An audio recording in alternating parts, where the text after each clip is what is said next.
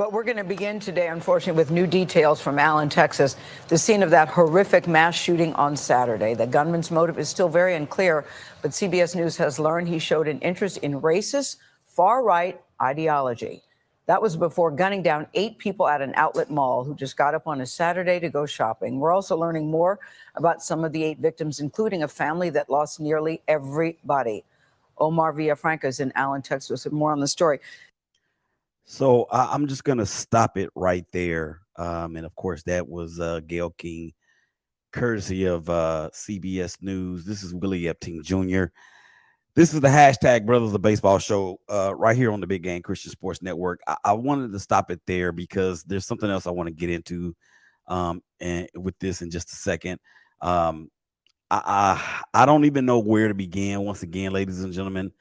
And I apologize beforehand if you happen to see and hear emotion, but I'm not going to apologize because this is an emotional moment. Let's go ahead and take care of these bills real quick, and then we're going to get to this and so much more. We got a great show lined up for you guys. We're going to get to some baseball, of course, in the second and third segments with Melissa Monto and the crew from Pesky Podcast. Talking some hashtag dirty water. This first segment, TJ's Catfish and Wings. You don't know good eating until you've been at TJ's Catfish and Wings, 4261 Green Oaks Boulevard, Suite 506 in Arlington, Texas, with an all-new menu with boneless tenders, fresh salads, sub sandwiches, brisket, delicious fried shrimp, multiple flavored buffalo wings, motley drink mixtures, lunch specials, kids meals, yummy desserts, specials, and of course their world famous catfish. Make sure you go by there and tell your boy Travis that your boy from the hashtag Brothers of Baseball show, Willie Epting Jr. told you to holler so y'all can set it off. 4261 Green Oaks Boulevard, TJ's Catfish and Wings 1.com if you want to place your order. Okay, again, so as you guys out there well know, I live in the Dallas-Fort Worth area, and Allen, Texas was the scene on Saturday where this horrific shooting took place. This individual, his name, of course, is Mauricio Garcia, 33 years old, from right here in Dallas. Went to that mall in Allen. It's an outdoor mall. I've been there many times. And I had actually bought my wife's marriage or wedding ring from there. I've taken my boys there shopping so many times. I've gone there Christmas shopping so many times. And this guy, Mauricio Garcia, 33 years old, gets out of his car and just starts shooting, and he unloads out a whole bunch of rounds, and he kills 8 people, to include 3 children. This one, y'all, is very, very difficult to talk about. Not just because of the obvious, because we mourn for those families and the loved ones that were gunned down and will be forever traumatized by this. But I don't want to take. I just want to try to talk from a global standpoint in terms of how I'm feeling as a grown man, and this happening so close to where I live, and for a place that we have frequented so many times. And let me just talk about the victims real quick, because this is going to be the hardest part to me. You have Ki Sung Cho and Cindy Cho and James Cho. That's a family, 37, 35, who were killed, and their 3-year-old son James they were killed. Also, you have Elio Kumana Rivas. He was 32 years old, lived in Dallas. He was killed. Christian LaCour. He was an engineer. I'm sorry. He actually was 20 years old and was a security guard on duty at the mall when the shooting occurred. 20 years old. Daniela Mendoza and Sophia Mendoza.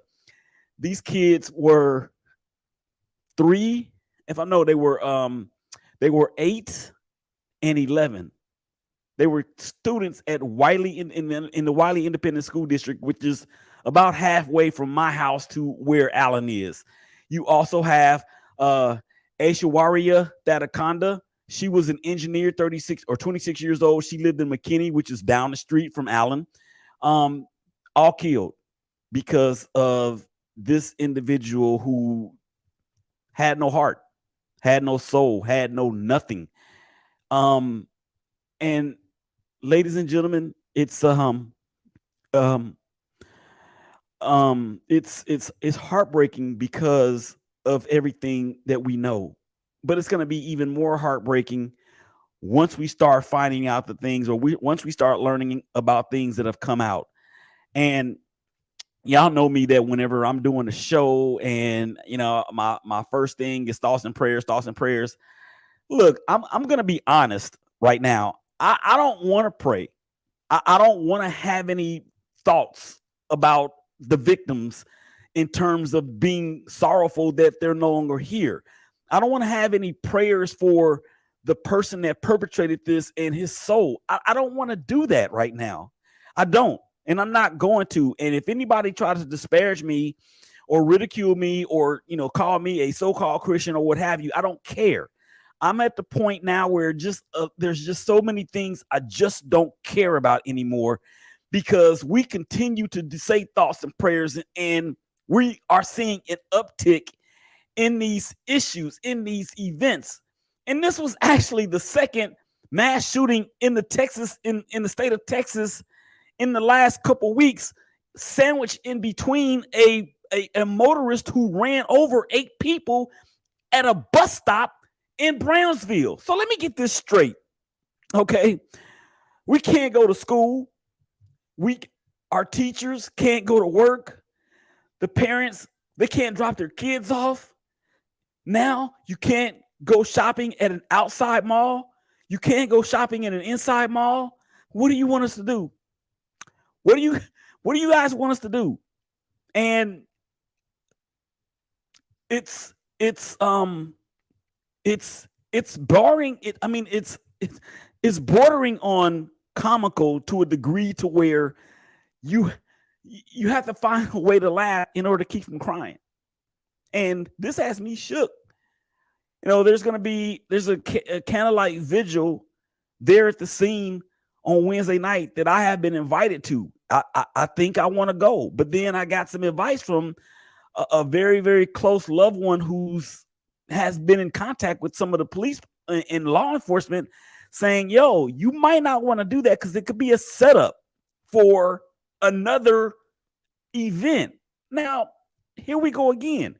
So if I want to go and pay my respects, and if I want to go and show my love to people that I have never met, and now I'm being advised that I probably want to think about it because it could be a setup for another event. So now you mean to tell me we can't even go and mourn for people who have been slain like this? I don't get it.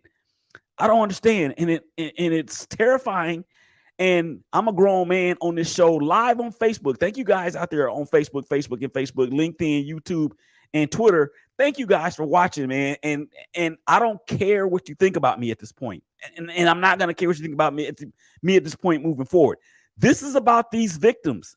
And this is about what's going on in our world. And have we become so numb? Have we become so callous to where this is now the new normal? I mean, how can we as a society accept that?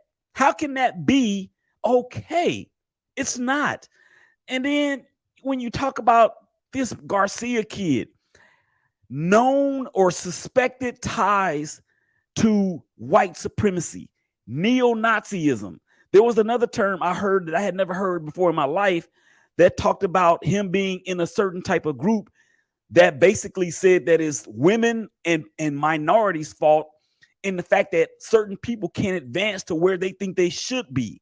If that's not some sort of supremacist thing, you tell me what is. And then for people who want to continue to talk about or ask the question, why are you guys still talking about racism? Because of stuff like this. You have it in your face when the news, and I don't care what outlet you listen to or watch or affiliated with, the information is there. So the reason why we keep talking about it is because it keeps happening. Now, if it ever stops happening, guess what? We will stop talking about it. But until then, there's going to be a reason to talk about it. There's going to be a reason to talk about it. And this guy apparently who when the reports first came out, they were like, "Yo, he was staying at a hotel." So that made me believe, and probably other folks out there think too, that okay, he was from out of town, only to find out that he lives in Dallas, and he had been casing the place for over a year. And anybody that lives in Dallas and has been to the Allen Outlet or has visited Dallas and have been taken there to go shopping, you know how busy that place can be on a Saturday. It's an outdoor mall. It's got a myriad of exits. This dude acted alone. He and that H&M where he pulled up in front of and got out and just started blasting. I know exactly where that is, y'all. I know exactly where that is. And the people out there had no chance to get safe or save themselves. Not the people on the front end of it. There was no opportunity because he just got out the car, a Dodge Charger, and just started blasting. AR-15. He had 3 other guns in the car. He had all kinds of magazines. He had other weapons at his home.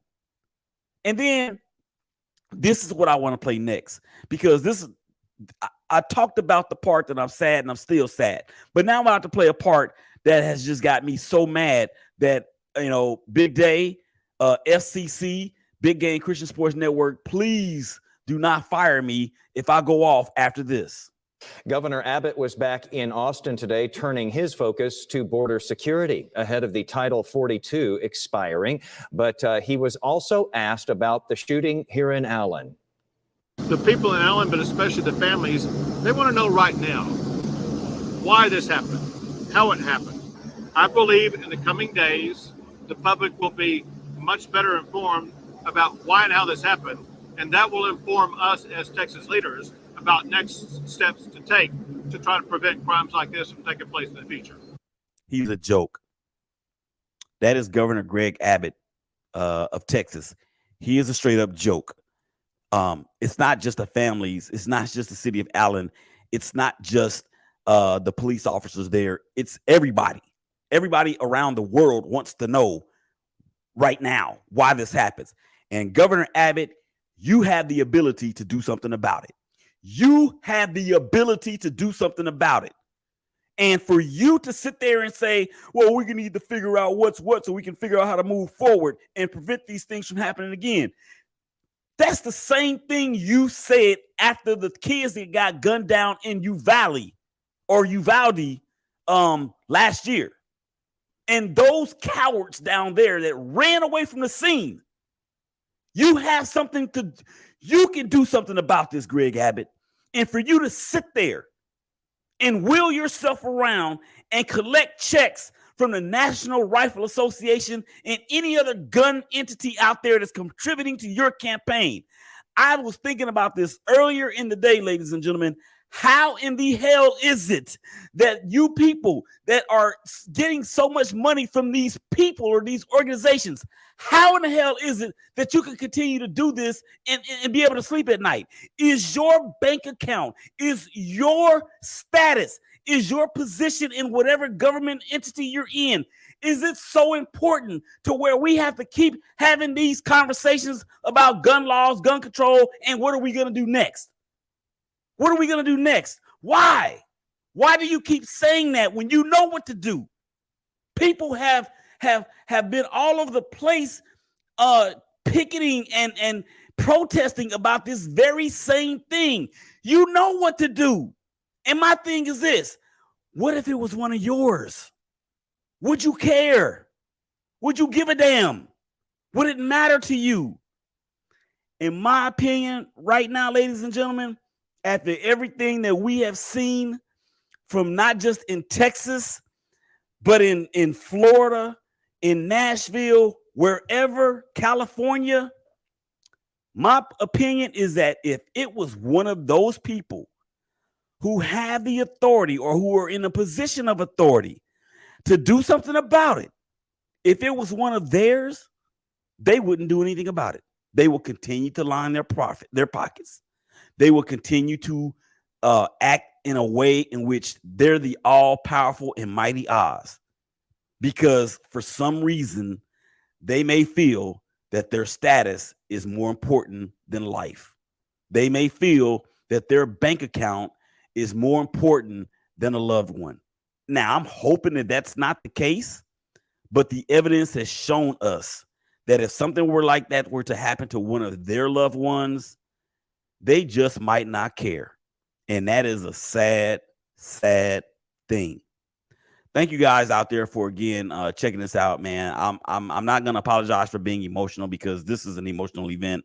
Come on back on the other side. We got the Pesky Podcast crew and Melissa Monto, hashtag Dirty Water. We're gonna get into all of that. Willie Epting Jr., hashtag Brothers of Baseball, Big Game Christian Sports Network. Y'all come on back and holler at us.